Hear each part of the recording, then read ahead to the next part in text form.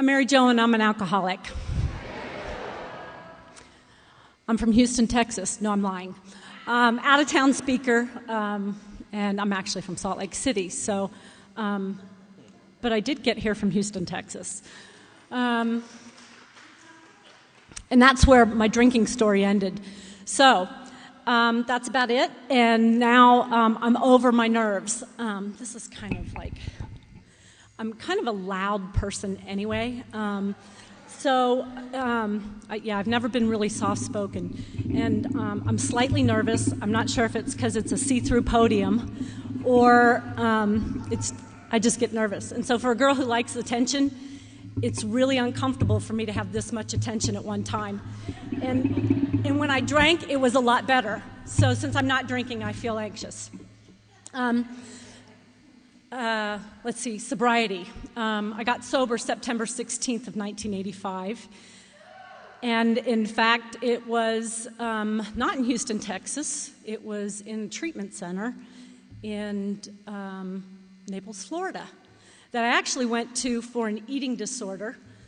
And when I got there, they do the assessment, and I guess I scored really high for alcoholic. And drug addict, and the drug screen indicated that right up front. And a couple things that they thought I was lying about was, did I take any pills? And I said no. And they said, well, we found Valium in your urine drug screen. And I was like, well, I had 2 Long Island iced teas. I smoked a joint. I did cocaine day before yesterday. I don't remember any pills, you know. And I mean, you know, and I was like, what does that got to do with me being here for an eating disorder? But you know, I had a boatload of problems, and but anyway, where to start? Betty reminded me there's a beginning, a middle, and an end, and I was kind of freaked out because I like sharing for about 10, 15 minutes, and then I'd hurry up and get it done. But I guess. It's good for me to get to tell you my story.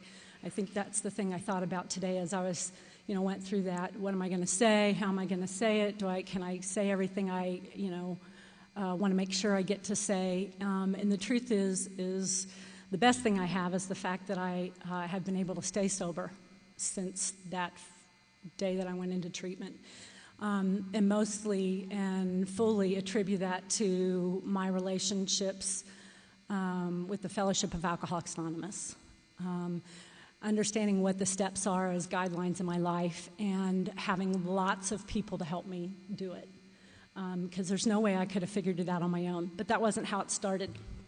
I actually grew up in Cincinnati, so I came from a family where I was the oldest of 4 kids, and a family where alcoholism was present, but it didn't look that messy.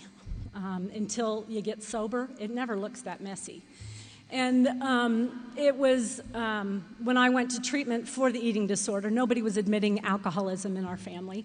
And my mom and dad, I think I had called my mom up a couple times and told, you know, when I was, you know, drinking and doing some coke, and told her. And she's in Ohio and I'm in Texas. And that's when, you know, some people started to get concerned. Because before then, I think I probably started any kind of substance use when I was 13, 14. You know, and I was thinking about the first time I ever drank. Hung around the kids in the neighborhood, and we found a 6-pack of Rolling Rock beer in the woods. And we thought it was like, oh my God, this is so cool. So I think, you know, before I even started drinking, I don't think I was born an alcoholic, but the thing that helps me understand that I am alcoholic is I liked the idea of drinking before I even drank. And some of what my parents would do is they'd have these cocktail parties when I was growing up, you know, and everybody would come over and they'd all have wine and they would all drink. And I remember we'd always manipulate someone to bring us up the cashews to come up and visit us. And, you know, I think we just kind of grew up in an environment that was pretty open, and alcohol just looked like fun. So I never really saw alcoholism be destructive. So when I got started at 14, I was basically just looking to have fun. I have no idea if we drank that Rolling Rock or not. What I do remember was the first blackout. I was Girl Scout. And I don't remember what year, but I was probably 12 or 13, and a friend of mine, Beth Cushman, and I, we stole a good-sized bottle of Lancers, red wine, from her mom's house, who was our Girl Scout leader. And we went up to my house so we wouldn't get in trouble. And between the two of us, I don't think we drank the whole bottle, but what my mom, I remember my mom and dad shaking both of us to find out what drugs we had done. And then finally my mom told me, finally I had to convince my mom that we weren't doing drugs, and I went down and got the bottle of Lancers behind the furnace. I mean, that is the very first time I can remember drinking. Naturally you black out when you have no tolerance and you drink too much. I don't remember if it was fun while I was drinking, but I remember it was fun getting the bottle, going and secretly drinking it, I guess that was the beginning. I think by the time I got to like junior high, there was this, you're around peers and you start to fit in, and drinking becomes looks like fun. I mean, again, it's just looking like fun, and I never had a second thought about it not being fun. And so drank throughout junior high, like that's a long time. I mean, we're talking like, once a month or so. I mean, I was a good kid. I wasn't looking to get in trouble. And by the time I got into high school, things had started, there's parties, back in Ohio, I think they have them everywhere. What, kegers? You go to a kegger, you drink lots of beer, you black out or throw up, and you had a great time. And, and I just remember being with lots of people. And I think one of the things I do remember is that there was always a bit of insecurity about what people thought about me, how I would fit in. If I'd be liked. And it did make it easier to drink. Anywhere from, being down at the creek, hanging out with folks, drinking Strawberry Boone's Farm and Apricot Splash. Those are fun drinks.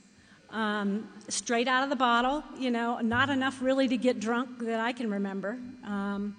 But I just always had that association. And it wasn't just me. My sister and brother, who are both, my sister's a year and a half younger than I am, and my brother's 3 years younger. So there was the three of us that really kind of hung around a very similar crowd. I think my brother was just kind of always around. And somewhere in high school, I convinced my parents to let my friends come to our house to party. And that meant, drinking. That meant smoking pot. We were growing pot in the backyard. And I really think my parents, because of their own, I don't know if it was alcoholism, but just their own inexperience with how to be parents in charge, you got teenage kids just rolling over the top of you. And I think we did a real number on them. So I didn't grow up in a family where there was a lot of bad stuff that happened. There was chaos, though, and the chaos in my family was my dad would go on the wagon, because I don't remember he was much of a problem when he was drinking, but he was uptight when he wasn't. And I can remember that he would always announce it. And literally, he was the Catholic that went on the wagon for Lent, because you give up something you really like for Lent, and that was my dad. And he was irritable. And of course, my mother was a great Al-Anon, and, she was, pissed at, all the little stuff that bugged her about what my dad did or didn't do. And so there would be every now and then be a blow-up where she'd get out of the car or he'd do the tablecloth trick at dinner. And I just always had some anxiety about being okay if they weren't together. Well, kind of as the story goes, by the time I was 21, my partying was progressing. I graduated high school at 18, and I tried 6 months of college, but I was loaded every day, and I really was in a lot of fear about having to show up and take tests and do homework, so I dropped out. I just said, it's a lot more fun to just party. Party and going to school wasn't something I really wanted to do. It was too much stress to do school. And so I went to work, and I supported myself. My parents asked me to pay rent, and I thought that was ludicrous, and so I moved out. And the other thing about moving out was I got to be on my own, and that was, this independence that I think I'd been looking for. I don't want to say too much about the past, but at 21, my parents were finally figuring out that they shouldn't be together anymore. And I think that was a real heartbreak for me, but I had, rather than dealing with that, I had a better offer. My boyfriend had moved to Texas, and he said, come, why don't you move down here? So at 21, really from a little town in Cincinnati, Ohio, and I lived out in the suburbs, so there was nothing about me being a city girl. I moved to Houston, Texas at 21 without a clue. And when I got there, I remember the summer before I left, you know how when you're about to leave town, everybody wants to take you out and have a party. I kind of had built a bit of a reputation that I wished I could have left behind, but evidently by the time I got to Texas, so did the things that I did through the grapevine. And so the relationship that I had meant to have by the time I got there had already partially been destroyed by my drinking, which I thought was fun. This relationship, which was really all I had, broke up within about 4 months. I moved there in September, and I can remember going out with my new job, was an oil firm, and went out and, we went to strip bars. Had never seen anybody take their clothes off in public, and was a bit, wowed. But the biggest part of it was people were buying me drinks, and I thought, how cool is that? And I promised somebody I'd tell this, and I can't remember, I think it was Annie, that, this was in the 80s. And so when you're drinking and you think you're having fun, it's important to look sexy. So in the 80s, I had these two pantsuits that I bought at Mervyn's because I went out to the discos, and you'd go out for drinks. And one pantsuit was a really nice little red thing with sleeves and, the tight little belt that made you look skinny and your boobs bigger, and safety pins so you had cleavage. Really big heels with the straps around the ankles. I know what you call them, but I just thought they were sexy. And the Farrah Fawcett hairdo and the eyeshadow. And the black pantsuit had red piping, and so that was much classier. Same kind of look with the belt and the, pinned up. And because if you're in a hurry to get out to the bar, I actually used masking tape because it was always too long, and I had to masking tape the hem so that I didn't drag on the ground and ruin my new pantsuits. So those were two of my party girl pantsuits. And, I don't think I ever really learned how to disco, but I really thought I was good because a lot of people wanted to dance with me. I don't think they were looking to dance. I thought they were looking to have fun, which it looked like fun to me. And when you're intoxicated, I was the kind of girl that really just knew if I should say no, I didn't know how. A couple of reasons. I was too drunk. I was too afraid you'd reject me. And I was too afraid to look stupid. So I didn't say no. Half the times when I said I should.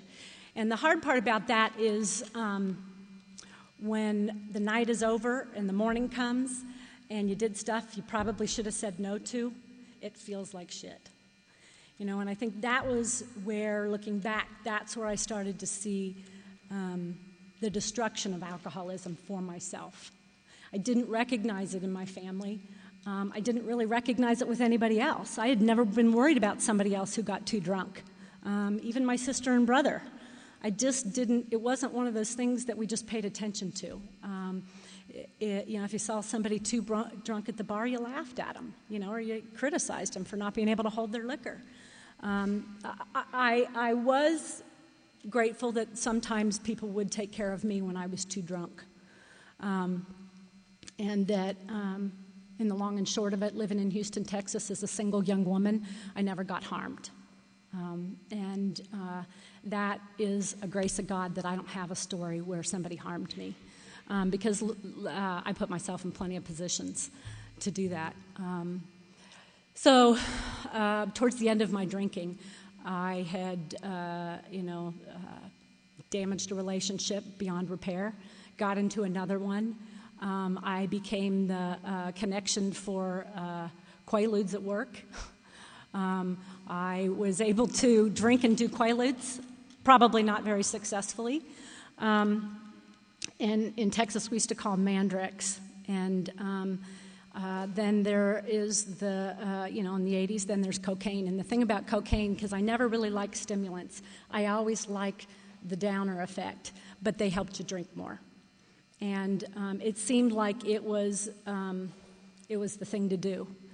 So, I think that there was from the time that I was probably 21 to 24, I had experienced probably doing more drugs than my body or brain should have done.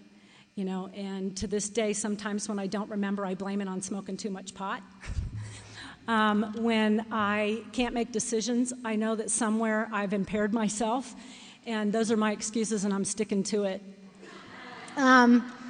Mostly when I have to tell my kids that. My family today will laugh at me when they, my kids are in school, so they learn all this stuff. And my husband is a really intelligent person with a real knack for history and reads Time magazine and all that. And so I'll ask a question about something I think I asked, I don't know if it was, obviously I'll be embarrassed to say, what was Hubble? And they all go, you don't know? And I'm like, yeah, I don't. I was smoking pot. So, I'm kind of the joke of my family, but today it's not as bad because I don't take myself so seriously, and who the fuck wants to know about the Hubble anyway? So, little ego there, doesn't hurt anybody. I get to, have fun with myself and take a punch from my kids and my husband. So I went to treatment because things got really bad.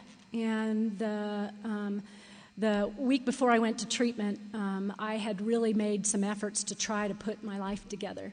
Because when you're going to treatment, somehow, when you've been unmanageable enough that your job is falling apart, your relationship is has problems, that somehow you have to try to put things in order before you go. Well, I couldn't even pack. I have pictures that I found some years ago when I was moving of literally hours before going to treatment, calling my dealer to get some cocaine. Then I remembered I took the Valium. Get some Valium so I could focus enough to get packed to go to treatment. I had a boyfriend that drove me to the airport, and I don't think he could drive fast enough to get me on that plane, mainly because I was out of control. I was a wreck. By the time I got to treatment, I weighed about 90 pounds. My hair was falling out.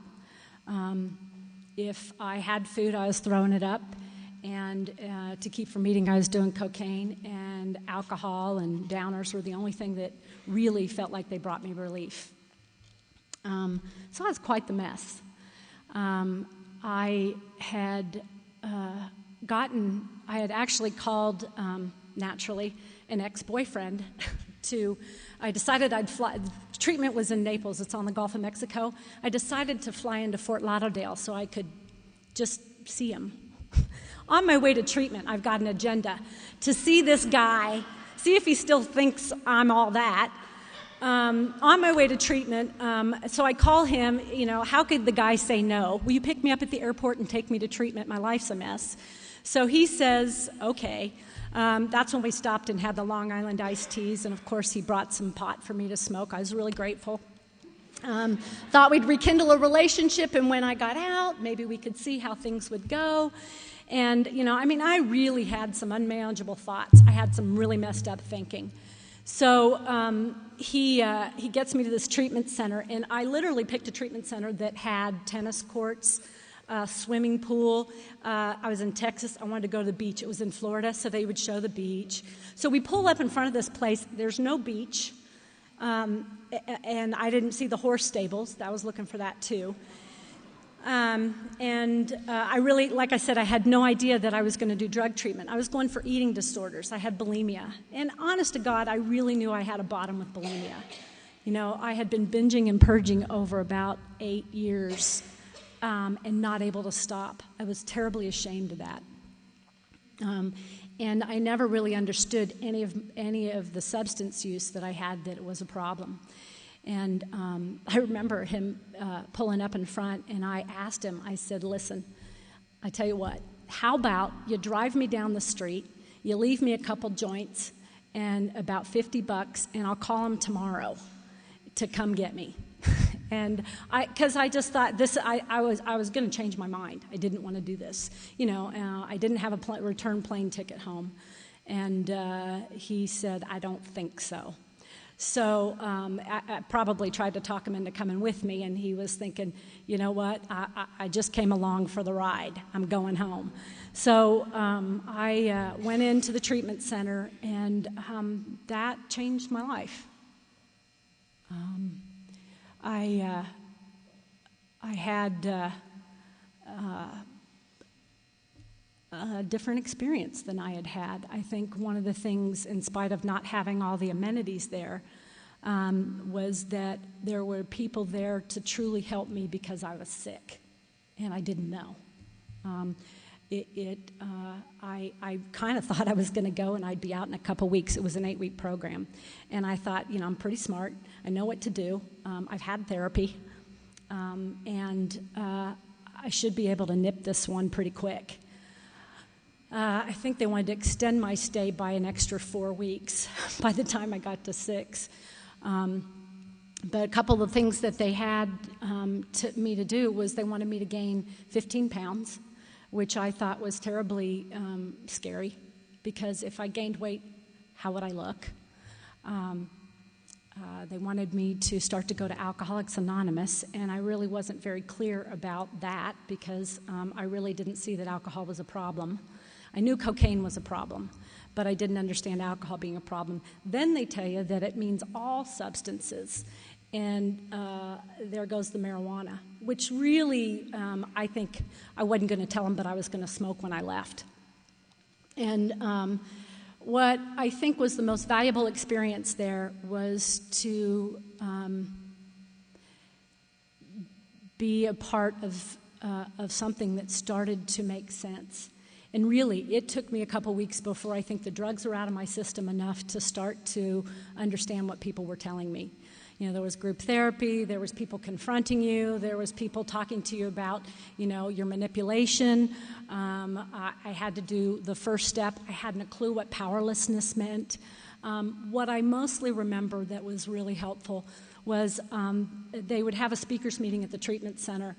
And there were most of the people go to the speakers meeting, but there in this small group room, there was a small big book study. And I was too fidgety to sit in and listen to somebody. I just couldn't sit still. And I went into this small group, and it was probably about 7 or 8 people, and mostly of them were middle-aged men. And they came to this treatment to do service. And they started to just help me sit still. And they read to me out of the big book. And I was not really grasping what they were saying. But what I remembered is that there was kindness and there was some compassion, and somehow it felt like I was able to finally sit still and not have to think about everything that I felt so insecure about for a short period of time. And by the time I left that treatment center, I had gone to Alcoholics Anonymous, Narcotics Anonymous, Cocaine Anonymous, Adult Children of Alcoholics Anonymous,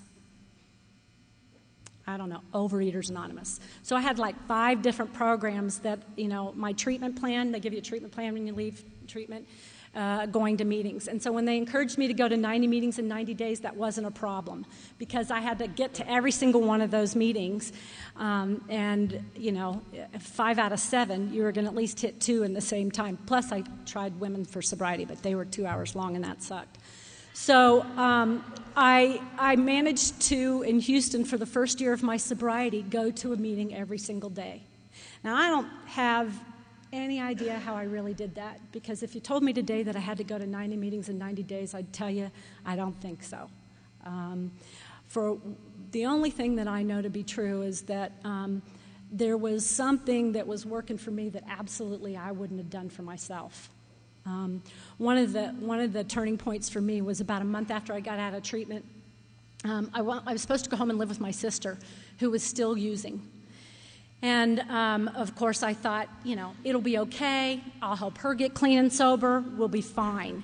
Well, it didn't work out so much that way. She was a mess. She was actually hooking up with my old dealer, my old boyfriend, and it wasn't. She wanted to move out. Why the hell would she want to be around somebody who's getting clean and sober? And so I ended up getting an apartment on my own. And at that time, actually, I think we were still living together. I was going to experience my first Christmas sober. And I asked my dad to come out to Houston to spend the Christmas with us because I really didn't know how to do that. I had no idea what I was going to do. So he came out and he spent Christmas with us. The point that I missed is that my person had... the guy that I dated that I left when I went to treatment and fortunately didn't hook back up with, died of an overdose a month after I was out of treatment. And I think for me, that was the grace of God. It may have been for him too, because I don't know what his life would have been like. What I know is that my other addiction, 6th addiction, was to men, was to try to fix him up so that the 2 of us could live happily ever after. Once I got rid of his other girlfriend. And it didn't work that way. What I have to tell you is that tragedy kept me sober because there was a rude awakening for me. And the thing that I had been told is that people like us die from this disease. And I'd even said it to him because I had kind of been programmed to do that. And I had started on this path of going to meetings that I started to hear that this disease would kill us. And when it happened in real life for me, it was one of those things that I experienced in a most profound way. So after he died, I clung to the program. And I clung to people who helped me stay sober through a difficult time because it was a pretty terrific loss. And then after that, watching my sister go to treatment. So a lot was happening that first year of sobriety. Then comes the good part. This is kind of in the middle. Well, there's this cute guy from Utah who's going to meetings in Houston. And I'm not wearing the disco outfits anymore, but I still got the Farrah Fawcett hairdo. And I'm still, self-esteem. I'm pretty addicted to you thinking I'm really cute. And he did. And so the story goes that we went out the night before he was leaving to move to Hawaii. I think he was coming back to Utah, decided not to go to Hawaii, and asked me to come visit him in Utah. And I, was smitten. I found this guy who's in AA, thinks I'm darling, and wanted an adventure to go to another state. And because he asked me. No agenda. I no agenda about, is this the smart thing to do? Is this a stupid thing to do? And of course, I did have a sponsor, but I didn't want to ask her at the time. So, because they'll say no, so why do you want to ask somebody who's going to tell you no? I mean, I'm staying sober, I'm going to meetings, but I'm going to go on this trip with this guy, and it's not a bad idea because he's in the program.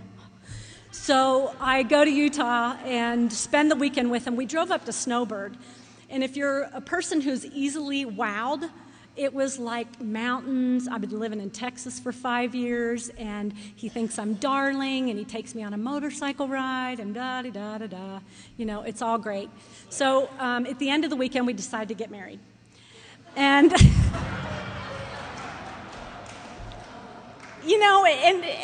I'm just like, God, of course nobody had ever asked me to get married. So you don't turn down the first offer. So I go back to Texas, and we're trying to figure this out. So he decides to move down there.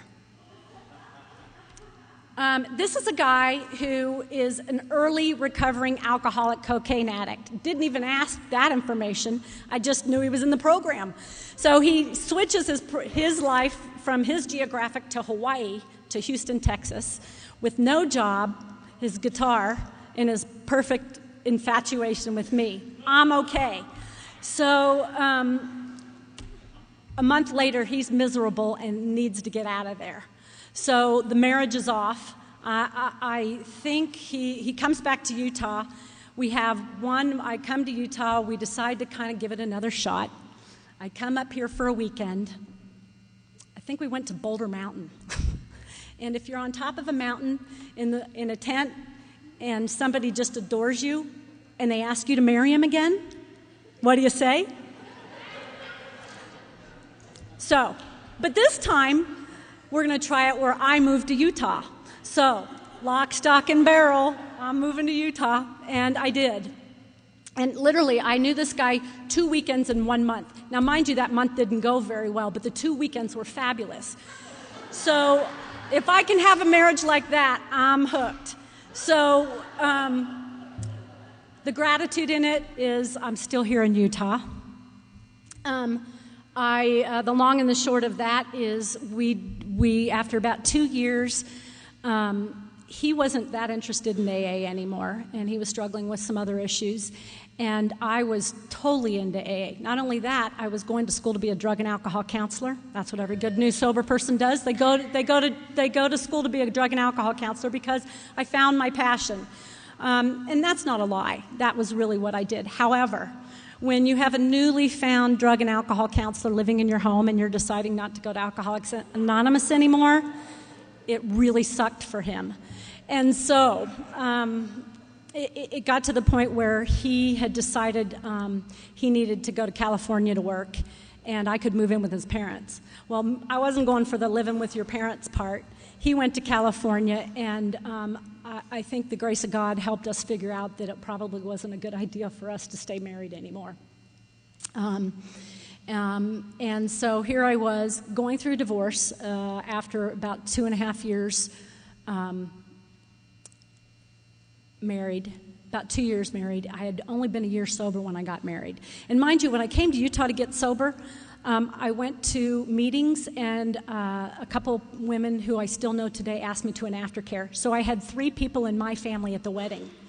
And, I don't even know what I was thinking. It's like I just kind of went with, what I should do. My sponsor in Texas told me I should follow through with my commitments. I wish I, at that point, had had a different sponsor, but she was helping keep me sober. She maybe didn't know the best plan for me. Anyway, after the divorce, I found myself here in Utah, but I want to tell you, not alone. And I wasn't alone because I did have Alcoholics Anonymous. I already had a sponsor. I had people here that I went to the Alano Club, the women's 10 o'clock meeting. I met Betty there. I met Becky there. There's people in this room that saw me come in from Texas looking all cute and watched me go through a divorce and watched me not drink. And when I got here, I still went to meetings. I'd been one of those people. I was single, I didn't have a family, and I did have a job. And what I knew to work was to go to a meeting every day and to work with others. And I remember sponsoring women a lot. Oh, God help me, those poor women. I don't know. I was very enthusiastic about sponsoring them, but I don't think I really had a good grasp on how to be a sponsor. I was just doing my best to kind of follow along with what people told me. But the important part of it is that I really did cling to Alcoholics Anonymous. What I found here is that I didn't really much connect to Cocaine Anonymous. There wasn't a lot of Narcotics Anonymous going on at the time. I guess this was in '86, at least the meetings that I found. I didn't like Overeaters Anonymous. I had a sponsor that was helping me with the eating disorder, which I had actually been slipping on. And imagine that, going through divorce. I wasn't picking up a drug, so I was going to throw up. So that was something I had to contend with. But after the divorce, I got support. And I want to say that relationships were not something I was able to, people say stay out of a relationship for the first year of sobriety. I don't understand that because I never did it. Let me put it this way. I understand it, but I just never did it that way. And then they tell you when you go to get a divorce, you should take some time to, know yourself. Well, I actually decided to get a divorce after I started a new relationship. In the separation phase, you figure if he's not there, then by God, I'm not going to be alone. And I think that that's mostly what I was always looking for relief from, which was that lonely feeling that I felt when I had to be by myself, with myself, and looking at myself. I always felt much better if you looked at me and thought I was pretty, you thought I was sweet, you thought I was sexy. And if that wasn't there, then I was looking for something else to fill it up. And I had started to, had been hanging out with a couple different prospects, you could say. And I can't tell you I was deliberately doing this. I was kind of looking for that attention. I was looking for somebody to make me feel okay because one person was leaving. And for me, I'd been a kid of divorce. I didn't want to screw up a marriage. I didn't want to be the person who got a divorce. But it was clear to me that this was happening. And I had a couple people that I went out with. And then I had a friendship date with my current husband. And I didn't, for the first time, I think, have an agenda because I thought he wasn't my type. And shows you how much I know. He was just a friend, but he was a friend who genuinely had enough care and concern about me to be there when I was going through a difficult time. And it wasn't just him, it was other women. A lot of other women helped me. And so that turned into a relationship of 20 years. And as of 2-3 weeks from now, I will have been married 18 years successfully. And what I can tell you is that is about the middle of my sobriety. And that's what it's like now, is that, I don't even know what time it is. Do you have a clock? Yeah. Where am I at? Oh, I'm doing okay. So I probably talked more about the past than I wanted to, but what I do know to be true today is that I still have those ideas about how I think things should be in my life. If I were to tell you anything, and those of you that might be new, and there's several people here, is that I really did not have a clue when I got here.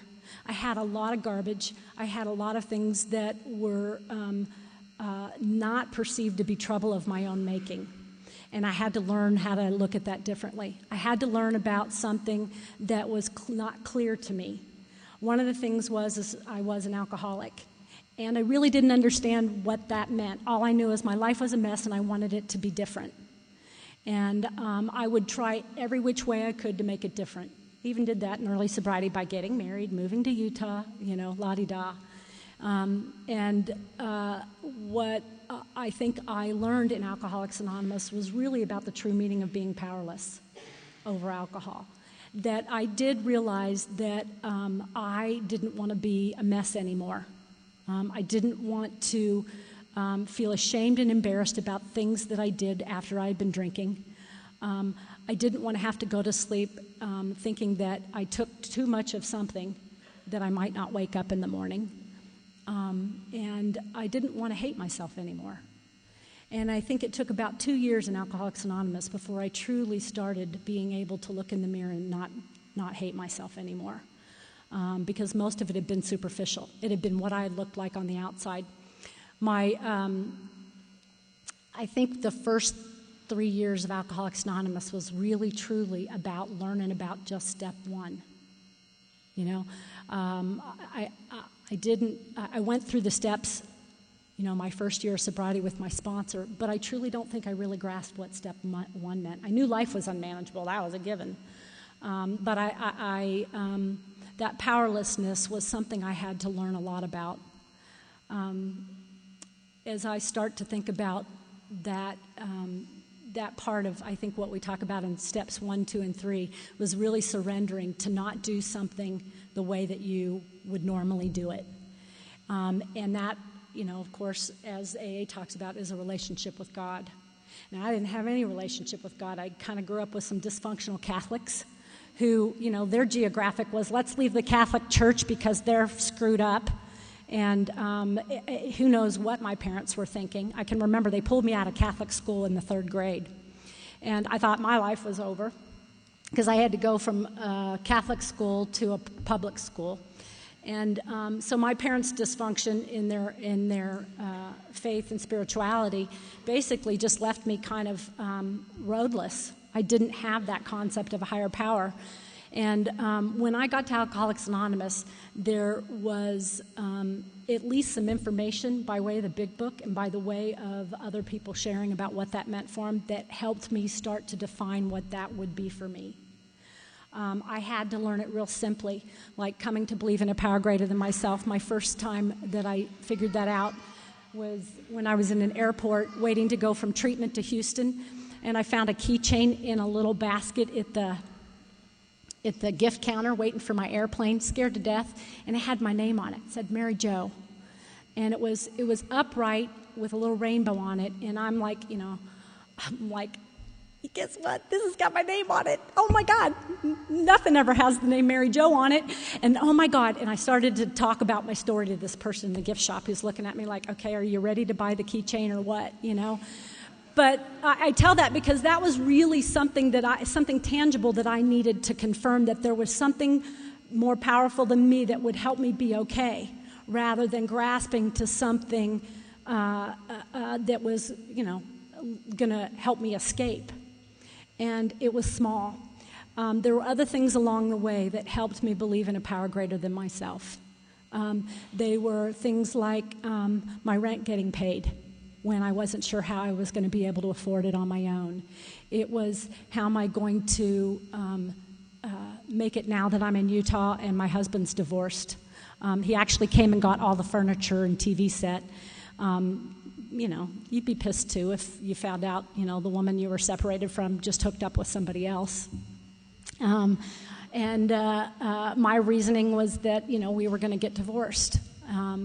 But things fell into place, and I think that that's why, for me, coming to believe in a power greater than myself has been so profound for me, because I really had a blank slate. Turning my will and my life over, oh God, I'm still working on it. What I can tell you is I don't much know how to do that all the time, but I take myself to places where I can have a script. That's the 3rd step prayer and the 11th step prayer. One of the things I did in early sobriety is I wrote on my mirror in red lipstick, because I love drama, "Thy will, not mine, be done." And I didn't really know what it meant. I had to learn what it meant. And I had to have people explain it to me. And I had to have sponsors help me identify it each time I bumped up against it. And what I did was... I think, Betty, you were one of the people that helped me read the 3rd step prayer every day. At that time, I think I was about 4 years sober. I was in a new relationship. I had actually a second marriage. And still trying to find my way the way I think I should do it. And that is the reason for having a sponsor or somebody who can help you, maybe not do it your way, but help you out as you're finding your way. And I've had people in my life who have done that every day since I entered Alcoholics Anonymous. People that have helped me learn how to do the steps, helped me learn about how to have relationships with other people, which is probably the most challenging thing to do. I'm the kind of person who thinks I have the best idea and thinks I have plenty of experience to back that up. The truth is I just want to have it my way, because if I do it your way, it won't be so comfortable for me. And I have to constantly kind of bump up against that. Something that I get to work on constantly, and I think we do in AA, is having a way that we can constantly look at the parts of ourselves that we're so uncomfortable with. You know, I did a lot of stuff in my using days that I was really ashamed of, things that I already told somebody, and so I wouldn't repeat them from the podium. And I don't feel awful about myself because of those things. I get to have that freedom from that guilt and shame that I experienced when I did those things. And the people who let me tell them those things just listened. They didn't tell me how to fix it. They didn't tell me whether I should have or shouldn't done it. What they did is they helped me say, what was your part? And then I was able to kind of be freed from the ugly part of it and have some support to learn how to do it differently as I continued to live my life. The thing that I think has been most important for me is a sense of belonging. And I don't think I could have continued to be somebody who could belong to Alcoholics Anonymous if I hadn't contributed to Alcoholics Anonymous. Service is one of the biggest things that I think helps us stay sober. I'm not a service junkie, but part of what I do every day in my life is being of service. I definitely do it as my job. That part of me that was so fortunate to become a drug and alcohol counselor 22 years ago, is still a drug and alcohol counselor. And I truly think that that's grace for me. Being a drug and alcohol counselor didn't keep me sober, because a lot of what I get to see every day is working with the sick part of it, is the illness, and it devastates lives, and it takes the best part of us away, that part of us that finds that light inside of us, or that part of us that feels like we matter somewhere, not just to ourselves, but maybe to somebody else. And I feel very fortunate that I get to be a part of people beginning to open the door to their own light, to their own self-forgiveness, to their own journey, whatever that may be. For me, it was Alcoholics Anonymous. I have to tell you, over 23 and a half years, some meetings, I've had home groups. After about 8 years, my first home group here, I got really bored. I just thought, I can't listen to one more person in that meeting tell the same story. And I started to lose that part of me that felt grateful. And I fortunately had a sponsor that said, you know what, MaryJo, it's just time to change your meeting. Go to a different meeting, but don't drop Alcoholics Anonymous. And I don't think I ever really thought that Alcoholics Anonymous was my problem. I know that part of what happens is I get in a funk. We get stuck. Our human condition is just, we're going to come up with obstacles. We're going to come up with challenges.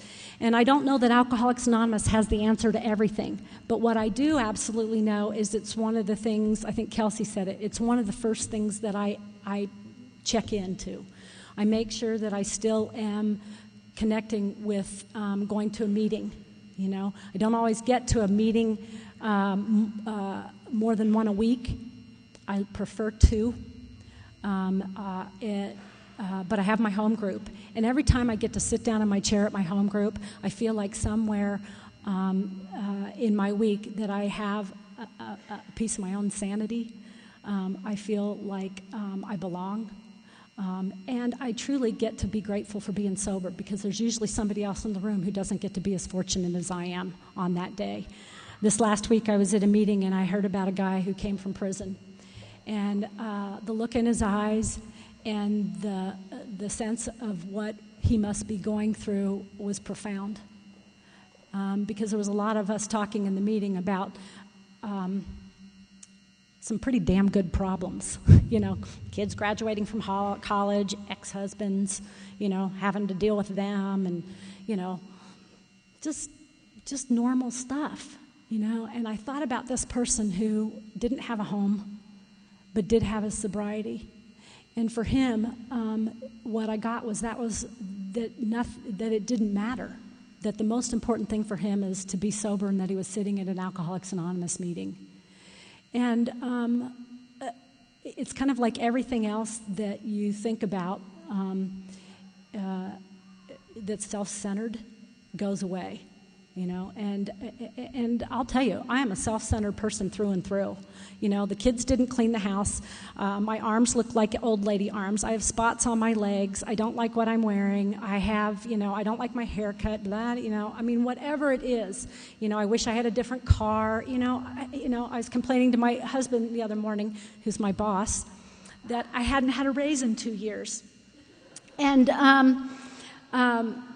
And he said, neither have I. And I said, I guess I'm just grateful to have my job, aren't I? and I truly meant it, You need to know that having your husband for your boss is not an easy thing. He's tougher on you than any of the other employees. Special favors don't work. But, I think a lot of what's come down for me day after day, being a sober woman in Alcoholics Anonymous, being a sober person among the members of Alcoholics Anonymous, is I do have something that is very significant in my life. My daughter went to camp this week. It's a diversity camp. And she said, Mom, I don't know what I have to offer. You have to bring something about your heritage. And she was really struggling to find a sense of what we had as a tradition in our family. And, we actually have, I think, different things that we do as a tradition, but one of the most profound things that I think we've offered her is a family that's in recovery. Her mom and dad she's never seen drunk. Neither of my daughters. I have a 13-year-old almost and a 15-year-old, and neither of them have seen us drunk.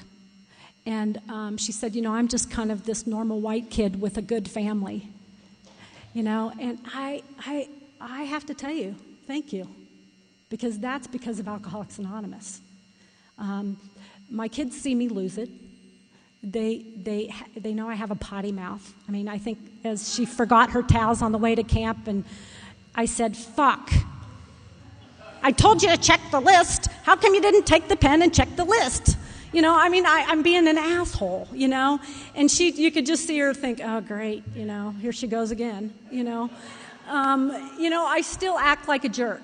I catch myself, and as of course that came out, I think, here's your kid going away to camp, and you're acting like an asshole. You better remedy it right now, That's about taking my inventory. That's step 10. And every day I get to do that.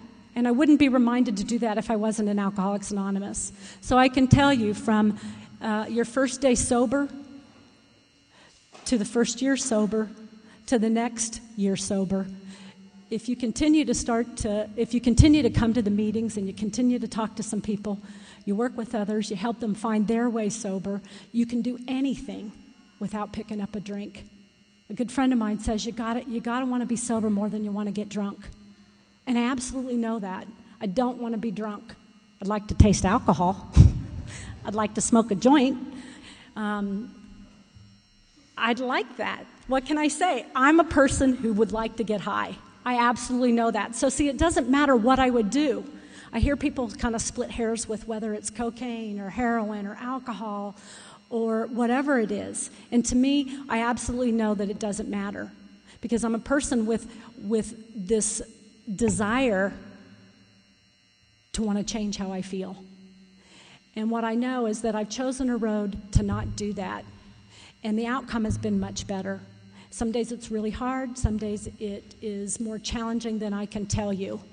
But what I absolutely know is on the other side of it, I absolutely feel like I have had the best road I could have ever chosen.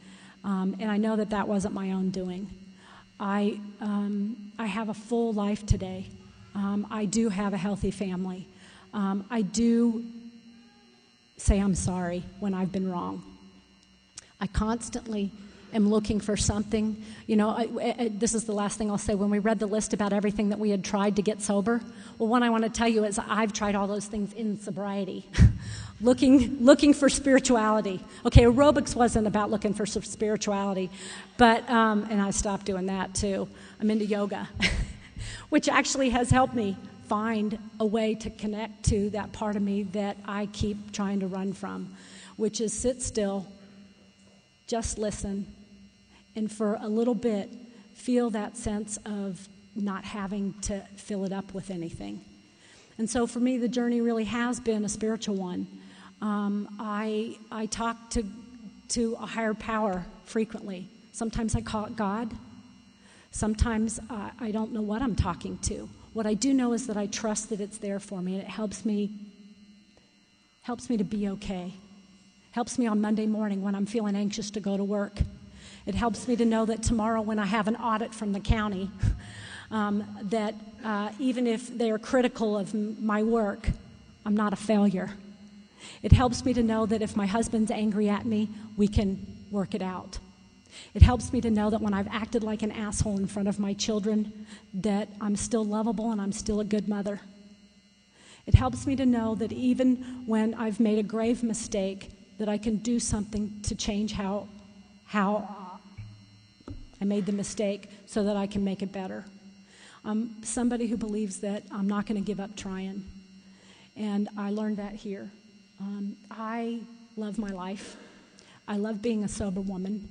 I am so grateful for everything that Alcoholics Anonymous has given me. As I came in tonight, I've not been to this meeting before, but there are literally a dozen people that, probably 15, that have been dear people in my life for the past 20 years. And I can tell you today I don't currently have a sponsor. I have a step sponsor. She's an evil step sponsor. She helps me go through things when I need to get right-sized. And what I have are lots of people that I call on a daily basis. A day doesn't go by where I'm not talking to 2 or 3 or 4 alcoholics, whether I sponsor them or they're sponsoring me. It's a two-way street, and I wouldn't do it any other way. Thanks.